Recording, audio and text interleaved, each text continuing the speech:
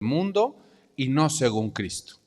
Hermano, todos los días somos bombardeados por ideas, por mensajes, nos definen cómo es la felicidad, nos explican promesas, nos explican modas y buscan influir en nosotros, en nuestro pensamiento, en qué hacer, a dónde ir, cómo comportarnos, las cosas que tenemos que tener.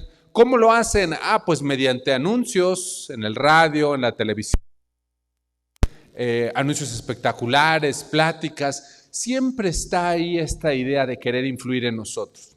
Y venimos a la Biblia, a Colosenses 2:8, y lo que me encuentro es una advertencia para mi vida.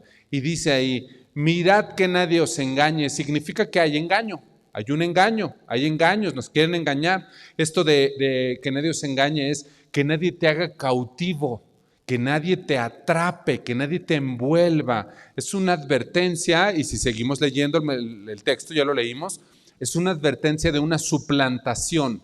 Suplantación significa un cambio, pero un cambio que tiene una máscara. O sea, dice que es una cosa, pero si uno le quita la máscara, en realidad es otra cosa. Y esta es suplantación de ideas y de prácticas humanas, que parece que tienen una idea de bondad, una idea de piedad, pero en realidad no es una idea de bondad, no es una idea de piedad, sino que si tú le quitas la máscara, en realidad lo que está haciendo es desplazar la enseñanza de Cristo. Y Dios es bien amoroso porque nos explica cómo nos van a engañar. Vea el versículo, dice el versículo 8, dice que nos van a engañar con filosofías, es decir, con sistemas de pensamiento. Parece como que es algo muy sustentado, filosofías, y dice también con huecas sutilezas, con vanas sutilezas. Esto es como un argumento que es muy atractivo, pero es un argumento vacío. Y además, filosofías, huecas sutilezas, y dice tradiciones humanas, tradiciones de los hombres. Estas son tradiciones heredadas que van de generación a generación. Oye, ¿por qué lo haces así? Pues porque mi papá lo hace así. ¿Y por qué tu papá lo hace así? Porque mi abuelito lo hacía así. ¿Y por qué mi abuelito lo hacía? Porque mi bisabuelo lo hacía así. Y de generación a generación se mantiene una costumbre. Pero el problema es que se hace entendiendo que es algo espiritual, que es algo agradable a Dios, pero al final es un engaño. Esas cosas, que la advertencia, no me acercan a Dios. Parece que me acercan a Dios, pero en realidad me están alejando de Dios. Son tradiciones humanas que desplazan la verdad de Dios. ¿Y por qué les estoy explicando esto?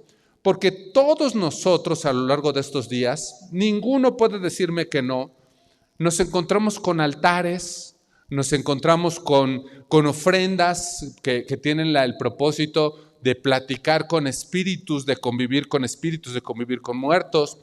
En un día cotidiano, en estos días, vemos niños disfrazados, no disfrazados de cosas agradables, sino entre más macabro, entre más tétrico, entre más sangre hay involucrada, es mejor. Personas que hacen fiestas con este propósito de estas fechas, y no solamente en una casa, sino incluso van al panteón a hacer la fiesta o celebraciones de Halloween, y de manera que en cualquier semáforo, en el trabajo, en la oficina, en casas, en el camino a la casa, esto es el día a día. Son tradiciones de los hombres que yo me tengo que entender si me acercan más a Dios o me alejan de Dios. La gente cree que se acercan más a Dios, de hecho lo hacen muchos de ellos buscando agradar a Dios, pero yo tengo que preguntarme, ¿qué es lo que dice la Biblia al respecto? ¿Esas cosas son genuinas, son verdad? ¿O es justo esta advertencia? Se trata de tradiciones de los hombres conforme a los rudimentos del mundo y no según Cristo. Tal cual como dice el versículo, Colosenses 2:8, es justamente lo que nos estamos preguntando. Dice Efesios 5:11, acompáñeme, quiero que vea conmigo Efesios 5:11. Estamos preguntándonos si esas tradiciones verdaderamente nos acercan a Dios o nos alejan de Dios. Si es una suplantación, decíamos, es un engaño que me hacen pensar que tiene aspecto de bondad y de piedad, pero en realidad no lo es. Dice Efesios 5:11. Dice Efesios 5:11. Es una orden. Y dice, y no participéis en las obras infructuosas de las tinieblas, sino más bien reprendedlas, porque vergonzoso es aún hablar de lo que ellos hacen en secreto. Fíjese aquí, entonces dice, oye, si es algo que habla de las tinieblas, mejor no participes. Oye, pero es que todos en el trabajo participan, es que en la escuela todos lo hacen. Aquí dice, no participes de las obras de las tinieblas, sino más bien reprenderlas. Y note que incluso el versículo 12 dice, porque es vergonzoso es aún hablar de ellos, de lo que ellos hacen en secreto. Póngase a pensar, por ejemplo, cuando hay una escena en una película demasiado sangrienta, dicen, no, que esa no la vean los niños, no es apta para niños. En las noticias, si es algo muy sangriento, lo tapan, ¿no? Que no se vea la sangre, pero en el día de muertos, ay sí, entre más sangre tenga y entre más tripas tenga por fuera, es mejor. ¿Sí? Es como contradictorio. De esto son cosas que hacen ellos en secreto y porque saben que es vergonzoso, pero en ese día sí se lo permiten. Yo no puedo hacerlo por participar, por encajar, por aceptación, sino que la Biblia enseña que la muerte no es un objeto de adoración, la muerte no es un objeto de poder, y de hecho me está explicando aquí que yo no debería de participar. Es una prohibición explícita, clara, tajante de consultar lo oculto, de consultar a los muertos. Así que yo le propongo que lo desdoblemos. Acompáñeme a Deuteronomio capítulo 18, versículo 10. Deuteronomio 18, versículo 10. Es el quinto libro de la Biblia. Váyase hasta el principio de la Biblia, capítulo 18, versículo 10. Nuestra esperanza no está en la muerte, nuestra esperanza está en la resurrección de Cristo, en que Cristo está vivo. Nuestra esperanza está en vida. Fíjese, Deuteronomio 18:10. Aquí vienen unas instrucciones. Deuteronomio 18:10 dice: no se ha hallado en ti quien haga pasar su hijo o su hija por el fuego, ni quien participe, ni quien practique adivinación, ni agorero, ni sortílego, ni hechicero, ni encantador, ni adivino, ni mago, ni quien consulte a los muertos. Versículo 12.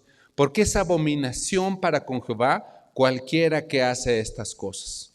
Yo entiendo aquí que Dios es una instrucción, es una advertencia. Y vea que la advertencia es bien interesante, que inicia con los hijos, dice el versículo 10. No se ha hallado en ti quien haga pasar a su hijo o a su hija por fuego.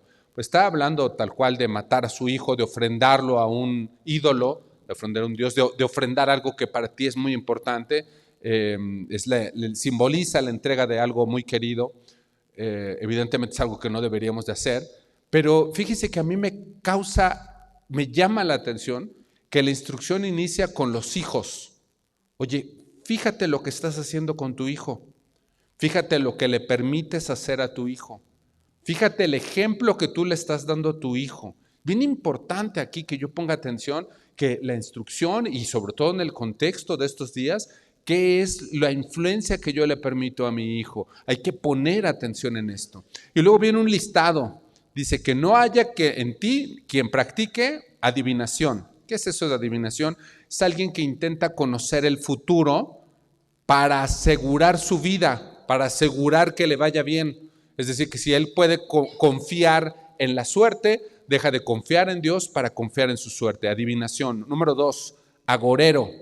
Ese agorero es alguien que predice males o que predice desdichas. Se vale de artilugios, de espíritus, de demonios para predecir. Y le quiero poner un ejemplo.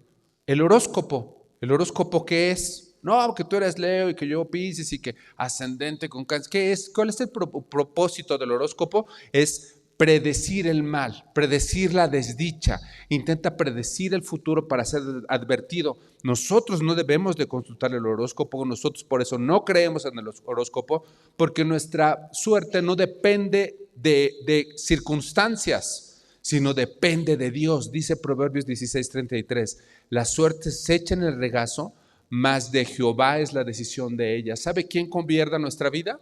Nuestra vida la gobierna Dios. No es algo al azar, no es algo a la suerte, sino Dios tiene un plan perfecto para mí. Por eso yo no voy ni consulto ningún agorero, y ya le puse un ejemplo. Número 3, Dice que no haya quien consulte sortílego. Ese sortílego es una persona que susurra conjuros, que controla a través de algo a otra persona, como con hierbas, como con encantamientos, con amuletos. El que le da el amuleto es un sortílego. El propósito del amuleto es tener protección. No busca a esa persona a Dios. Dios es escudo alrededor de mí, Dios es el que me protege. No, a mí el que me protege es que traigo esta cosa que me dio el sortílego.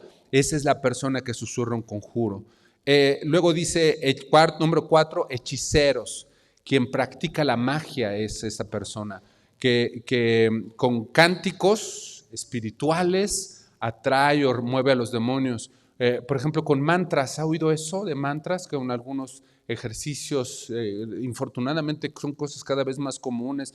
Yo estaba el otro día oyendo una estación de radio donde siempre a determinada hora ponen un mantra para que a la gente le vaya bien. Esos ruidos no son adoraciones al Señor como la que nosotros cantamos, sino lo que hacen es atraer espíritus de invocación de demonios para tener protección. Esos son hechiceros, encantadores, el que lastima con brujería, muñecos vudú, envía demonios para martirizar a otro. Esto es que allá en algún lugar crean un muñeco de usted y le ponen unos alfileres y aunque está horriblemente lejos, mueven y mandan a los demonios para que lo martiricen. Fíjese qué grave es lo que estamos alistando aquí.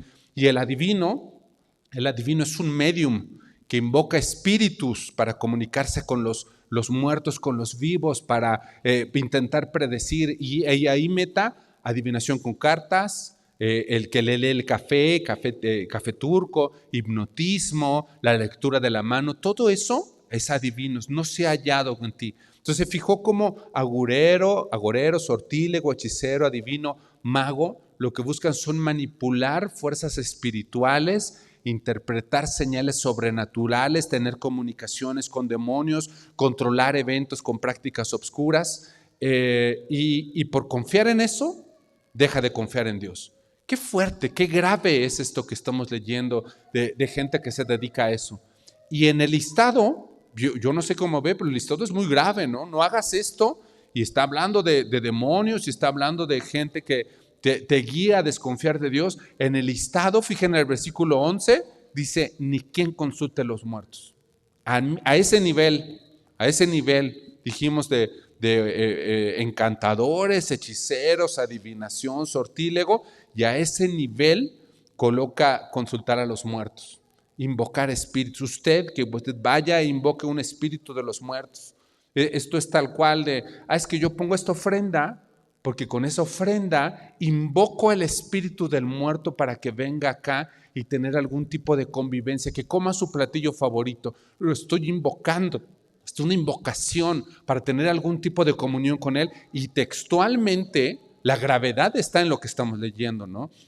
O aquel que va al panteón, pues en esa fecha, porque dice, no, aquí vamos a hacer una fiesta para que estemos la familia, los muertos y los vivos. Es una invocación, es una participación de consultar a los muertos, de tener un momento de convivencia de los muertos. Hablando de este mismo tema, en Levítico 19:31 dice, no os volváis a los encantadores ni a los adivinos, no los consultéis contaminándolos de ellos. Fíjese, ¿sabe qué es lo que ocurre si participamos?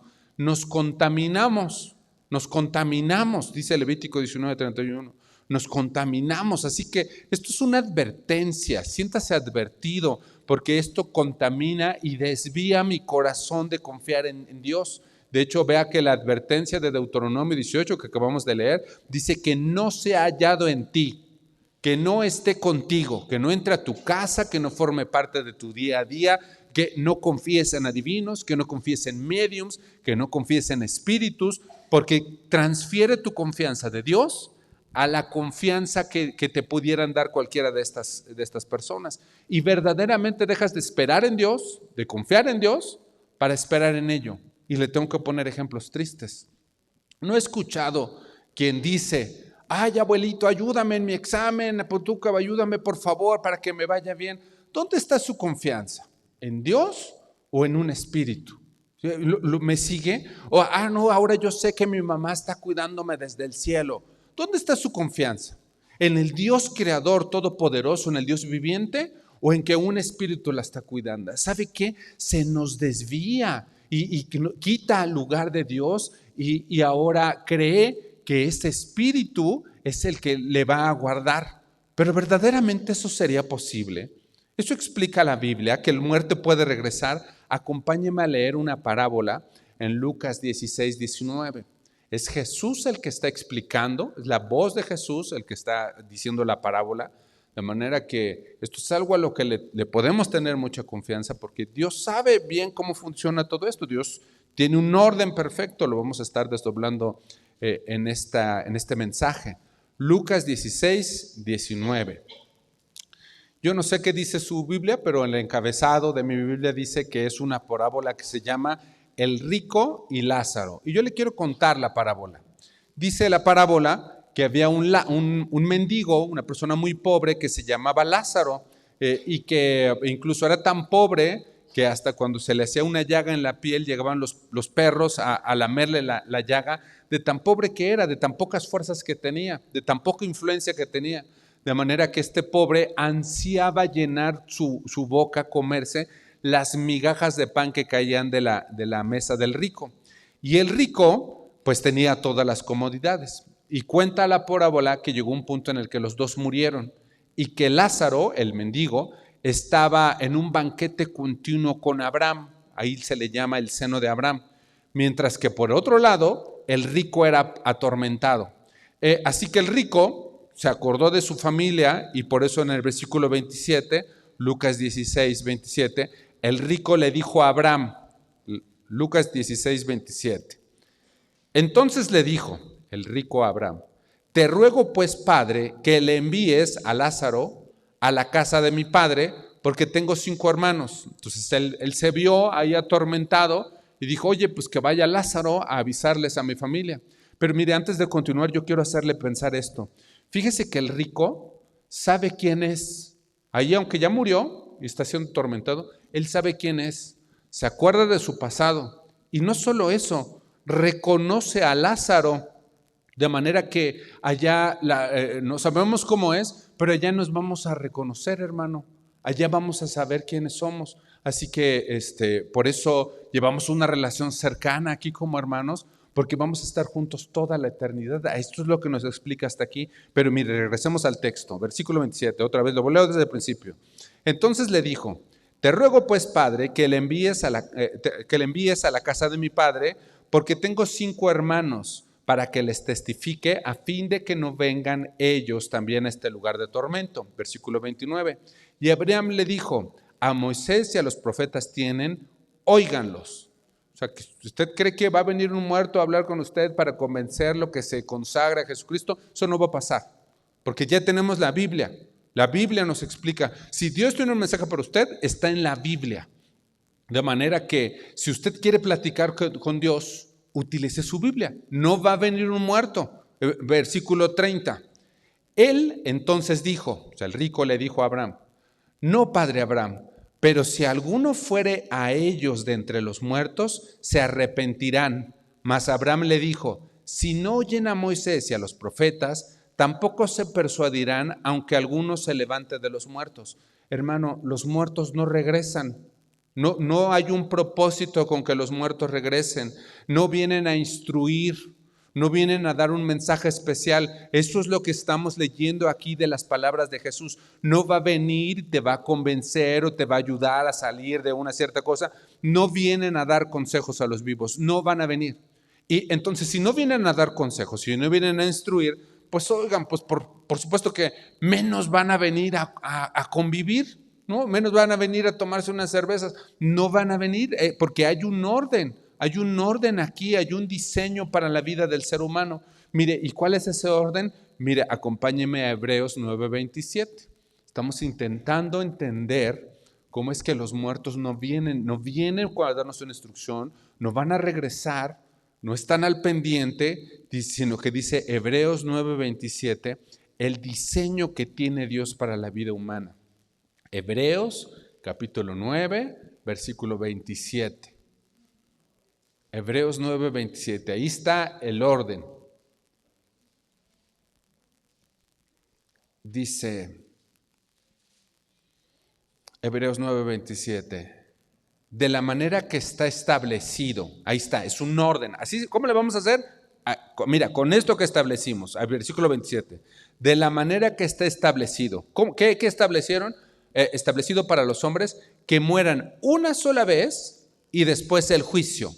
Solo va a morir una sola vez y después se va a enfrentar al juicio por las cosas que realizó. Entonces los seres humanos van a morir una vez y esto a nosotros nos tiene que dar a entender la necesidad que tenemos de salvación, la necesidad que tenemos de ponernos a cuentas, la necesidad que tenemos de ir y predicar el evangelio que cambió nuestra vida, de manera que cuando cerremos los ojos aquí, vamos a abrir los ojos en el juicio. La vida del hombre es finita, la vida del hombre se termina y cada persona tendrá que presentarse delante de Dios para dar razones de cómo se comportó. Entonces, no hay un retorno mágico. Así que se muere aquí y va al juicio. No es que se muere aquí y luego hay unas oportunidades intermedias antes de llegar al juicio. No, hermano, eso no dice ahí. No hay múltiples oportunidades. Tampoco hay reencarnación, ¿no? Se muere aquí, bueno, otra oportunidad y que reencarne otra. Eso no hay aquí. La Biblia no habla de reencarnación. El hombre muere una sola vez y después el juicio. No hay un sitio intermedio. O sea, muere, llega a un sitio intermedio donde a lo mejor si se paga un cierto dinero acá entre los vivos, si se hace un cierto rito, a lo mejor durante 9 días, que le llaman el novenario, durante 9 días se hace un cierto procedimiento para que salga del punto intermedio y llegue al juicio y ahora sí se ha favorecido en el juicio. No hay un punto intermedio, no hay forma de corregir las decisiones que tomamos. Morimos aquí y llegamos al juicio. De manera que la Biblia enseña que hay 2 caminos nada más.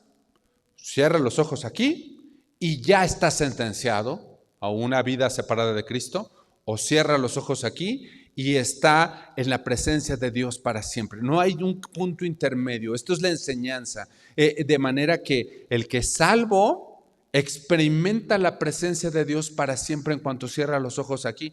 El cuerpo se queda, pero él, su esencia, la persona de quien es, va y se presenta delante de Dios. Jesús da testimonio de que es salvo y pasa una eternidad con Cristo. Y el que no, se va a una vida de tormento, como lo acabamos de leer con el rico y el Lázaro, de manera que el cuerpo se queda. Y quiero que esto lo redondeemos con la palabra. Acompáñeme a Génesis capítulo 35. Génesis 35. Estamos entendiendo que el cuerpo del hombre se queda vacío y que el espíritu se presenta delante del Señor para el juicio y que ya llegando al juicio ya nada más hay de 2 caminos. Fíjese, vamos a leer Génesis 35. Yo le quiero contar que Isaac estaba casado con una mujer que se llama Raquel y Raquel estaba embarazada y por alguna circunstancia ellos iban de viaje en el desierto. Y en el camino del viaje empezó el trabajo de parto. Y eso es lo que vamos a leer del versículo 17. Génesis 35, 17. Dice, y aconteció, como había trabajo en su parto, que le dijo la partera, no temas porque tendrás este hijo. Versículo 18. Y aconteció que al salírsele el alma, pues murió, llamó su nombre Benoni, mas su padre lo llamó Benjamín. A ver, expliquemos esto. Ella estaba en trabajo de parto, la partera le dijo si el bebé sí va a nacer bien, y ella con su último aliento dijo que mi hijo se llame Benoni. Y entonces estaba ahí su papá, Isaac, y su papá le dijo, no, que se llame Benjamín, y murió. Pero fíjense que cuando dice que murió, dice que se le salió el alma. El cuerpo estaba ahí tendido y algo salió de ella. El cuerpo se quedó y algo salió de ella. Esto que salió de ella es lo que leímos en hebreo, que va al juicio. Ahora, fíjese que ya leímos en Hebreos 9:27 que va al juicio, es decir, no sale y se queda por ahí vagabundeando, ¿no? O sale y bueno, pues hay un tiempo en el que está aquí en la tierra, como en las películas. No, eso no dice la Biblia, le dice Hebreos 9:27 que cuando sale inmediatamente se va a la presencia de Dios para su juicio. Y vea que incluso este capítulo nos vuelve a insistir en esto. Vea el versículo 28. Sigo en Génesis 35, 28. Entonces muere Raquel, tiene sus hijos, y llegó al versículo 28 y está hablando de su esposo, de su viudo, Isaac. Génesis 35, 28. Y fueron los días de Isaac 180 años. Versículo 29. Y exhaló Isaac el espíritu y murió, y fue recogido a su pueblo, viejo y lleno de días, y lo sepultaron Esaú y Jacob sus hijos. Se fija en el versículo 29 que dice exhaló. Exhaló es sacar aire con fuerza, ¿no? Hacia afuera, va hacia afuera. Algo salió de él, el cuerpo se quedó y el espíritu salió de él. ¿A dónde se fue el espíritu? Lo leímos ya en Hebreos 9:27, fue al juicio. Y en el juicio, o a la izquierda o a la derecha, pero no te quedas en medio, no se queda vagabundeando, no se queda como espíritu errante, se va directo al juicio. Entonces, el cuerpo se queda como un costal vacío y el espíritu es el que sale. Usted con el cuerpo ya no está ahí, la persona, es solo el estuche. El espíritu salió y en el cuerpo ya no está la persona, es la apariencia física, los huesos, la carne, de manera que pues este cuerpo se va a volver a hacer polvo y se vuelve a hacer polvo, se vuelve a deshacer, porque Dios se lo dijo a Abraham desde el inicio. Yo se lo leo, Génesis 3:19, Dios le está hablando a Adán y le dice: con el sudor de tu rostro comerás el pan hasta que vuelvas a la tierra, porque de ella fuiste tomado, pues polvo eres y al polvo volverás. O sea, le dice Dios a Adán: tú vas a trabajar hasta que te mueras, y cuando te mueras, tu cuerpo se va a volver a hacer polvo, porque del polvo te tomé, así que vas a volver a ser polvo. Eso es grave, no porque el espíritu y el alma ya están con el Padre, están con Dios, si Él hizo una decisión por Cristo.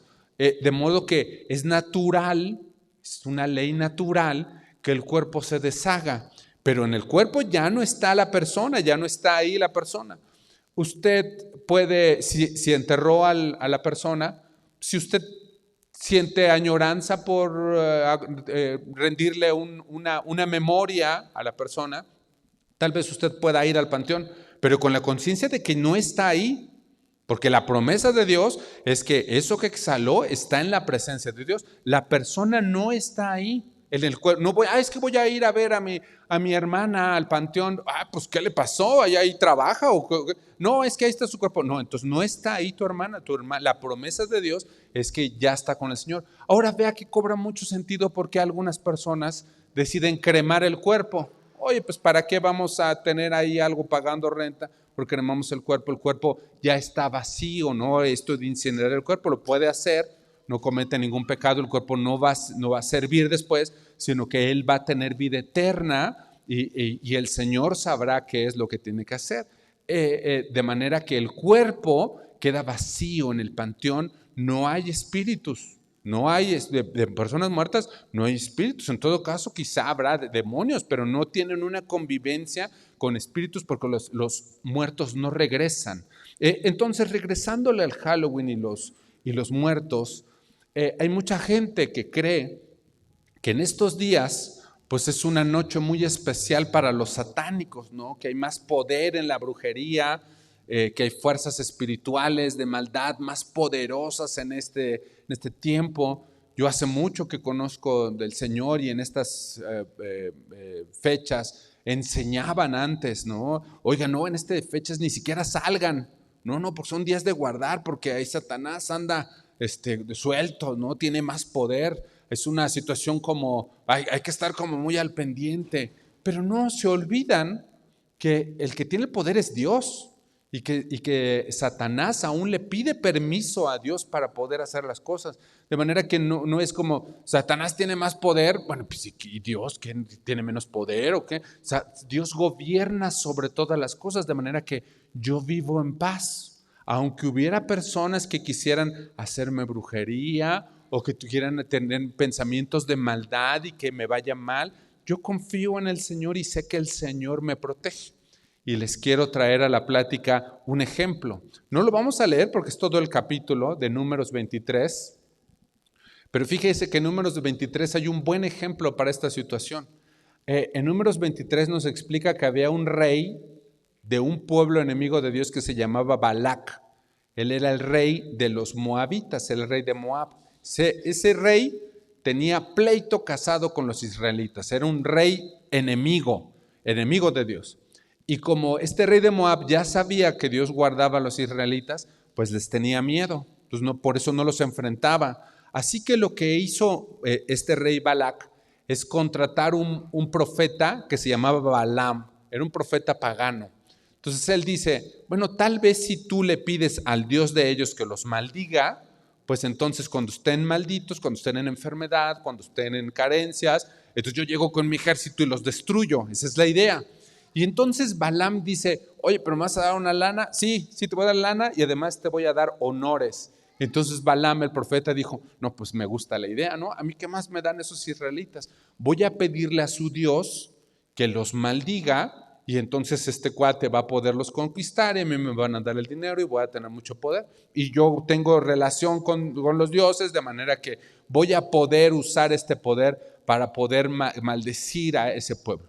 Entonces montaba los sacrificios, llegaba Balac, llegaba Balaam y entonces se ponía a platicar con Dios y el profeta Balaam hablaba y en lugar de maldecirlos, los bendecía.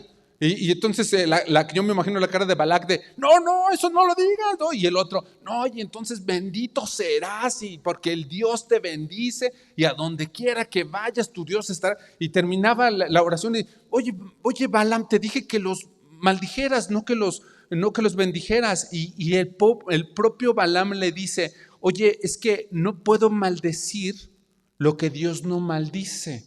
Entonces, aunque ellos te persigan, aunque vengan y digan a los demonios que vayan a tu casa y que en tu trabajo y que toquen su salud, si Dios está contigo, el poder que tiene el enemigo, el poder que tiene Satanás, no va a llegar a ti. Ahí está el ejemplo, te repito, es Números 23.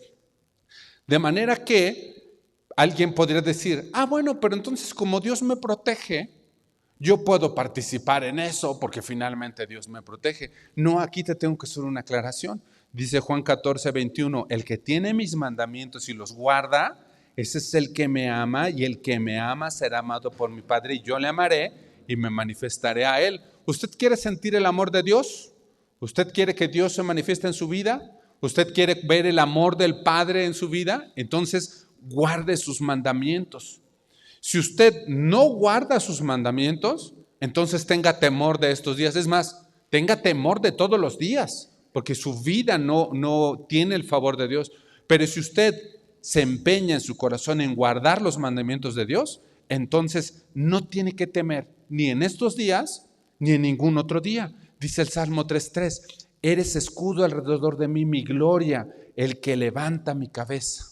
Entonces, si Dios está conmigo, ¿significa que puedo hacer lo que yo quiera? No. Y le quiero poner ejemplos prácticos. A ver, ¿qué tal si usted se organiza con su esposo, con su esposa y vamos al cine? ¿Qué hay? ¿Qué películas hay en el cine en esta época?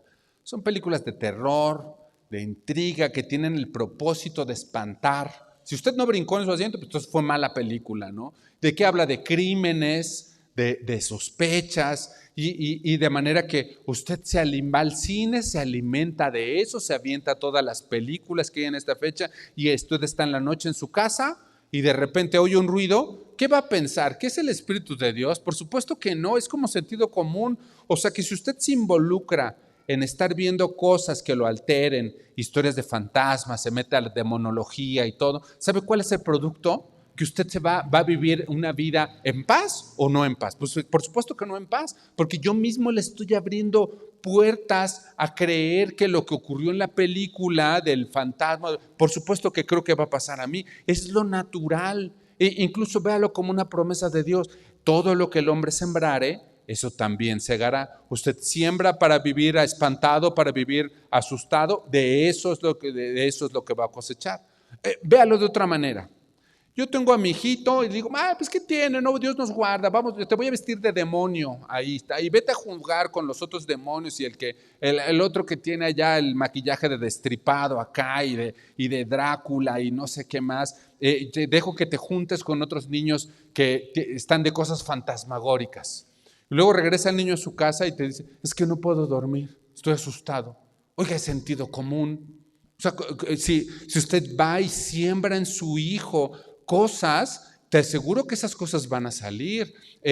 Por eso yo le llamaba la atención desde el principio cuando veíamos en Deuteronomio 18 que dice, pon atención con tus hijos, que no te extrañe que ellos puedan estar alterados en estos días.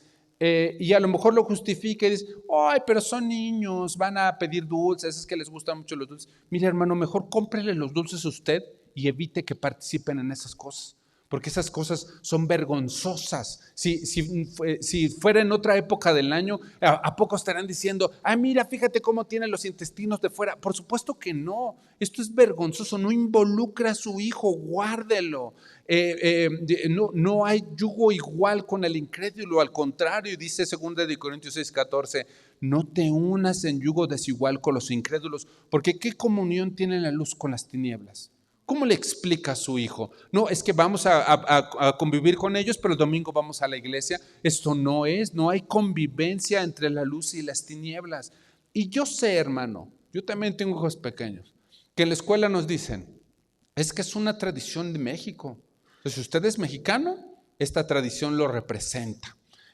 Usted, yo no sé cómo le haga, pero su hijo tiene que traer cosas para el altar, o a lo mejor hasta le piden dinero, tiene que cooperar para poner el altar, o a lo mejor hasta tiene que traer una fotografía de un muerto para ponerlo aquí en el altar y es parte de las tradiciones. Y después de haber escuchado un tema como este, usted tiene que decirle, ¿sabe qué? Yo no participo en eso. Yo no, usted me dice que forma parte de mí, que forma parte de mi pueblo, de mis raíces, pero usted acuérdese, yo soy nueva criatura, soy conciudadano de los santos, miembro de la familia de Dios, Efesios 2:19, de manera que eso no es lo que me representa a mí, esas eran mis raíces, pero ya no las son porque me fue revelado el amor del Padre y yo sigo al Padre. Si es necesario, póngale a mi hijo un trabajo extra. Porque es más, ese día ni siquiera va a venir a la escuela y no va a venir porque nosotros no creemos en eso. Y háblelo con su hijo. Entonces no se trata nada más de imponerle al hijo. Tiene que explicarle a su hijo. Compártale este mensaje para que usted genere en él una convicción. Y ponga atención en esto, hermana, hermano. Si usted le dice, es que el Día de Muertos no participamos, él va a decir, oye, pero esos niños les dan dulces y no sé qué. De manera que el resto del año tiene que haber una congruencia. Si el resto del año a usted lo ve que hace todo lo posible en su corazón por seguir los mandamientos de Dios, el Día de Muertos es solo una consecuencia del resto del año. Pero si el día de Muertos usted se pone muy estricto y ahora sí le sale el celo, no, sí, es que no puedes participar y va y habla y dice y no sé qué, y el niño se queda sin dulces, el niño lo que va a entender es, oye, mi mamá nada más le sale lo cristiana en el Día de Muertos, pero el resto del año ni se acuerda de Dios. Yo no la vi memorizando la Biblia, yo no la vi orándole al Señor, yo no la vi pidiéndole auxilio al Señor, y el Día de Muertos ahora sí que a mí me afecta, ahora sí me dice que ahora sí ya se acordó de Dios. Lo que estamos sembrando en su corazón es un doble discurso. Entonces yo tengo que ser congruente todo el año, de manera que el Día de Muertos pase casi inadvertido. Oye, no, que aquellos están invocando muertos, pues déjalos que los invoquen, nosotros no participamos en eso, porque el resto del año tampoco lo hacemos, sino que somos seguidores de Cristo todos los días del año. Mire, acompáñame a 1 Corintios 10:20. Vamos a ver esta enseñanza redondeada en 1 Corintios capítulo 10, versículo 20. Qué importante es llevar una congruencia de mi vida.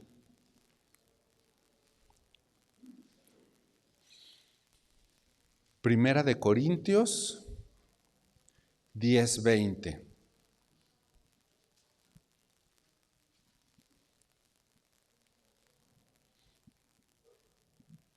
Dice 1 Corintios 10:20. Antes digo que lo que los gentiles le habla a las personas que no creen en el Señor, no creen en el Señor. A ver, entonces no creen en el Señor, entonces viven como gentiles. A ver, ahí está desde el principio. Antes digo que lo que los gentiles sacrifican, a los demonios los sacrifican y no a Dios. ¿Se acuerdan lo que decíamos hace rato de la suplantación? Ellos creen que es a Dios, pero no lo sacrifican a Dios. Parece que tiene una apariencia de bondad, de piedad, pero no los está acercando a Dios. Vuelvo a iniciar.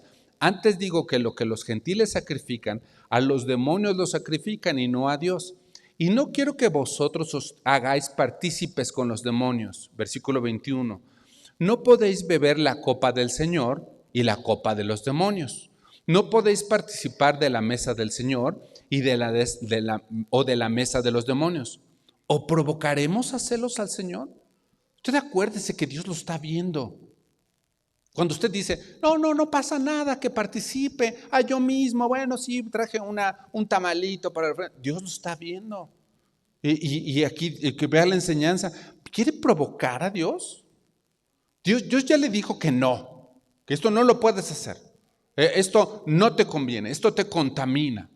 Y todavía yo, creyendo que estoy haciendo cosas de bondad y creyendo que estoy haciendo de piedad, que me van a acercar más a Dios, o por aceptación por mi familia, o aceptación con mis compañeros de trabajo, o para que no vean feo a mi hijito, voy a ceder en eso. No se le olvide que Dios lo está viendo. De manera que en la oficina vienen, en el trabajo vienen y me dicen, oye, todos estamos cooperando para el altar, pues ahí coopera con dinero para el papel de China, o tráete algo de tu casa para la ofrenda. No, sabes que yo no participo, no, les agradezco mucho, no voy a participar, no cuenten conmigo. Díganme lo que digan, que no cuenten conmigo. Y termina estos días, ¿y qué es lo que hacen con la comida? Se la comen. Oye, vente a comer unos tamalitos de los que estaban aquí en el altar. No, hermano, no participe. No, mira, te traje una mandarina de las que estaban ahí en el altar. No se la coma, no participe. Esto es una advertencia del Dios. Mire, acompáñeme a Apocalipsis 2:14. Dios lo dice claro, no es así como que lo estamos interpretando. No. Transparente. Dios nos aconseja de manera transparente. Estoy en el último libro, Apocalipsis capítulo 2, versículo 14. Apocalipsis 2:14.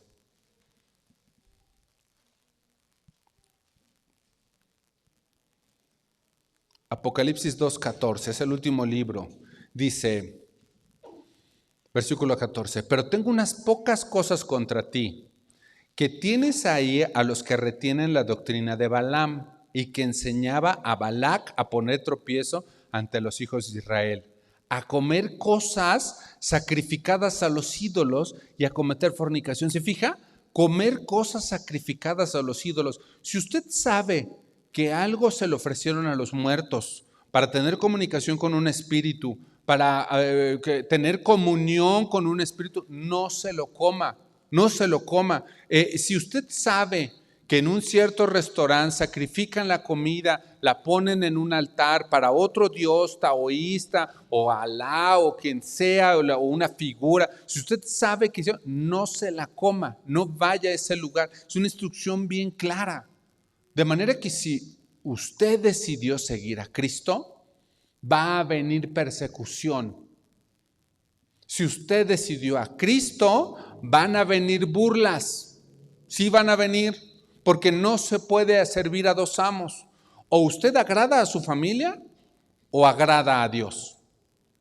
O usted agrada a sus compañeros de trabajo o agrada a Dios.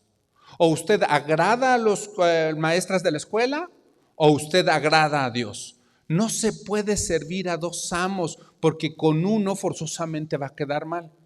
Y yo le vuelvo a preguntar, ¿va a provocar a celos a Dios por querer hacer lo que usted quiere? Aquí yo lo veo transparente. Un día Elías estaba peleando con 400 profetas de un dios falso que se llamaba Baal. Y Elías era el único profeta de Dios. Y estaba el pueblo de Israel y todos adoraban a Baal. De manera que, digamos que todos llegaban con su playera de Baal, ¿no? Y estaba Elías de parte de Dios. Y Elías, antes de derrotarlos, espero que se acuerde de esta historia, Primera de Reyes 18, antes de derrotarlos, lo primero que hizo fue pararse y decirles, oiga, no pueden servir a dos amos. O sea, si ustedes son israelitas y dicen que siguen a Dios, sigan a Dios. Pero si ustedes no siguen a Dios y siguen a Baal, digan que sigan a Baal, pero no se engañen a ustedes mismos.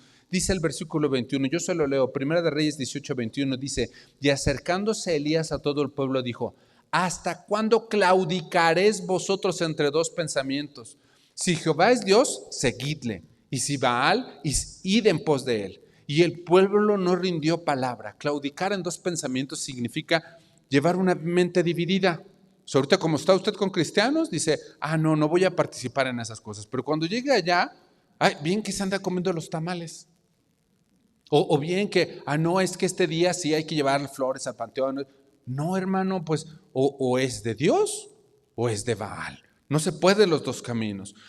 Mi hijo no celebra Halloween, no celebra, mi casa no se celebra Halloween. Pero tampoco memorizo la Biblia, ni memorizo versículos, ni tampoco tengo tiempos de oración. Entonces, ¿es de Baal o es de Dios? No, es que yo aquí, yo no pongo altar de muertos y tampoco coopero. Pero yo nada más voy a la iglesia los domingos, ¿no? El resto de la semana ni me acuerdo. Entonces, ¿es de Baal o es de Dios? No puede estar en dos caminos, diciendo que es, pero no es, o diciendo que no es, pero luego sí es. Porque seguir a Cristo no es una religión, no es un procedimiento. Usted es seguidora del Dios viviente. Nosotros lo que tenemos no es una religión, sino es una relación constante con el Señor. De manera que yo en mi vida busco en todo momento agradar a Dios. Incluso si peco, incluso si le hablo mal a alguien, incluso si me enojo, yo recupero y digo, Señor, perdóname, ayúdame a mejorar. Y voy y les pido perdón a las personas, de manera que a nadie le quepa testimonio, que sea en estas fechas o sea en otras, el que gobierna mi vida es Dios. ¿Se acuerda? El que tiene mis mandamientos y los guarda, ese es el que me ama. Hay que guardar los mandamientos de Dios. De manera que yo quiero casi para finalizar hacerle pensar esto. Mire, hemos platicado que los muertos no regresan. Ya vimos que hay un orden, los muertos no regresan. Pero, ¿y eso hace que los dejemos de extrañar? Mire, mi mamá falleció cuando yo tenía 21 años. Esto quiere decir que llevo más de la mitad de mi vida sin ver a mi mamá. Por supuesto que yo quisiera hablar con ella, yo quisiera que conociera a mi esposa, que conociera a mis hijos. Hay muchas cosas o momentos en los que me gustaría convivir con ella. Es mucho tiempo que no la veo, por supuesto que quisiera verla.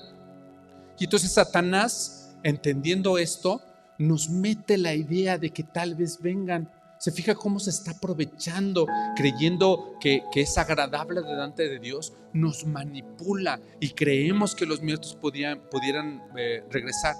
Pero ya entendí que no. ¿Y eso me tiene que guiar a vivir sin esperanza? Por supuesto que no. Acompáñeme a Primera de Tesalonicenses, capítulo 4, versículo 3. Primera de Tesalonicenses, capítulo 4, versículo 3. Búsquelo, léalo, quiero que lo vea conmigo. Lo espero. Primera de Tesalonicenses, capítulo 4, versículo 3. Ahí está en la pantalla, pero usted búsquelo en su Biblia, porque a lo mejor este es un versículo que vale la pena subrayar. Primera Tesalonicenses 4:3. Vamos a dar un momento más porque me importa mucho que todos lo veamos. Primera de Tesalonicenses, capítulo 4, versículo 3. Dice el versículo 3. Tampoco queremos, hermanos, que ignoréis acerca de los que duermen. Estos son los muertos, ¿no? Los que duermen son los que murieron. Para que no os entristezcáis como los que no tienen esperanza. Porque si creemos que Jesús murió y resucitó, así también traerá Dios con Jesús a los que durmieron en él. Brinca el versículo 16. 1 Tesalonicenses 4:16. Porque el Señor mismo, con voz de mando, con voz de arcángel y con trompeta de Dios, descenderá del cielo, y los muertos en Cristo resucitarán primero. Luego, nosotros los que vivimos, los que hayamos quedado, seremos arrebatados juntamente con ellos en las nubes para recibir al Señor en el aire, y así estaremos siempre con el Señor. Aquel día triste, llevamos a nuestro familiar, a nuestro amigo, al panteón, y ahí lo dejamos, ahí lo sepultamos, o tal vez algunos de nosotros incineramos su cuerpo. Pero ellos no murieron, ellos no están muertos, están vivos. Dice que si pusieron su confianza en Dios, no murieron. Ellos no van a volver, sino que nosotros vamos a ir a ellos. Esa es nuestra promesa. Un día los vamos a volver a ver. Fíjese el versículo 13. Dice: no os entristezcáis como los que no tienen esperanza. Esto es lo que Dios me prometió. Dice Juan 11:25 que le dijo a María cuando estaba Lázaro muerto: yo soy la resurrección y la vida. El que cree en mí, aunque esté muerto, vivirá. Aunque el cuerpo se eche a perder, aunque lo haya incinerado, Él está vivo. Y un día, si son muertos en Cristo, los vamos a volver a ver. Ya sea que nosotros muramos y vayamos a donde están, o ya sea que los que vivimos y viene Cristo seamos arrebatados y para estar juntamente con ellos en los cielos y estar siempre con el Señor. Esta es mi esperanza. Esto es en lo que yo confío. Esto es en lo que Dios me prometió. No en que van a regresar un cierto día a comer tamales. No, la promesa de Dios va muchísimo más allá. Y esto también a mí me tiene que entender la relevancia de predicar el evangelio, principalmente a los de mi casa. Si tú le amas, predícale el evangelio, porque un día vamos a cerrar los ojos aquí y vamos a abrir los ojos delante de nuestro Señor en un juicio. Predica el evangelio a tiempo y fuera de tiempo, en todo momento, al que te encuentres en el camino, al compañero del trabajo, cuando te digan: oye, ¿por qué no participas?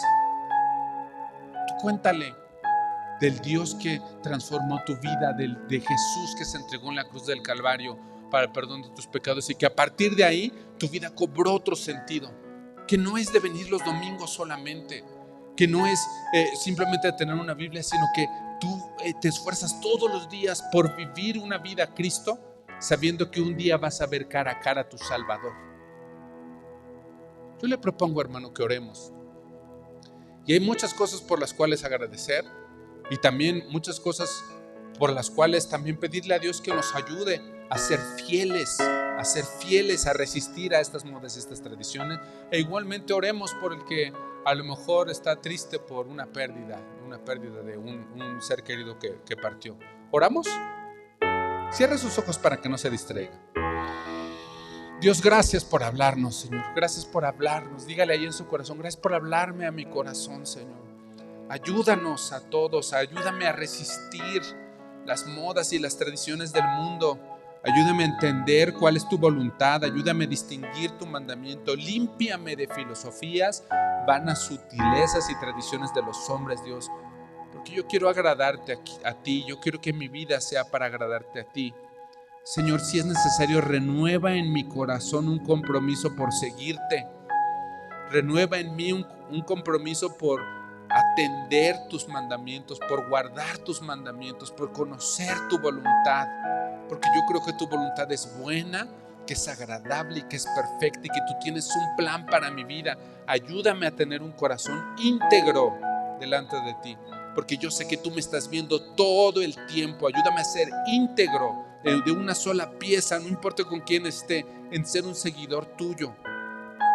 Líbranos de búsquedas que nos apartan de tu rostro, Jesús, de buscarte en otro lado que no sea la Biblia, de buscarte en simpatías o en que la gente me acepte o pertenecer a un lugar. Señor, ayúdame a buscar tu rostro en ti en todo momento, en todo tiempo, Dios. Y si hubiera alguien aquí que está triste por alguien que perdió, te pedimos todos juntos por los dolientes, por los que lloran, por los que extrañan. Señor, ayúdanos a todos a dirigir nuestros corazones hacia ti. entendiendo que esta persona que partió está allá en tu presencia si conoció de ti y que está en un lugar mejor en el que yo estoy. Así que a mí ayúdame a cumplir el propósito mientras me prestes vida, mientras que tú permitas que esté en esta tierra. Ayúdame a buscarte de manera que mi corazón siempre esté volteado, derramado hacia ti. Danos sabiduría, Dios, para recordar a los que partieron de manera como tú, obedeciendo tus mandamientos, que los podamos recordar de manera que tu nombre sea glorificado y que tu promesa de la resurrección sea proclamada en todo lugar a donde quiera que vayamos, Dios, que podamos hablar de ti resucitado, la vida que tenemos en ti, no la muerte, porque tú venciste la muerte en la cruz del Calvario.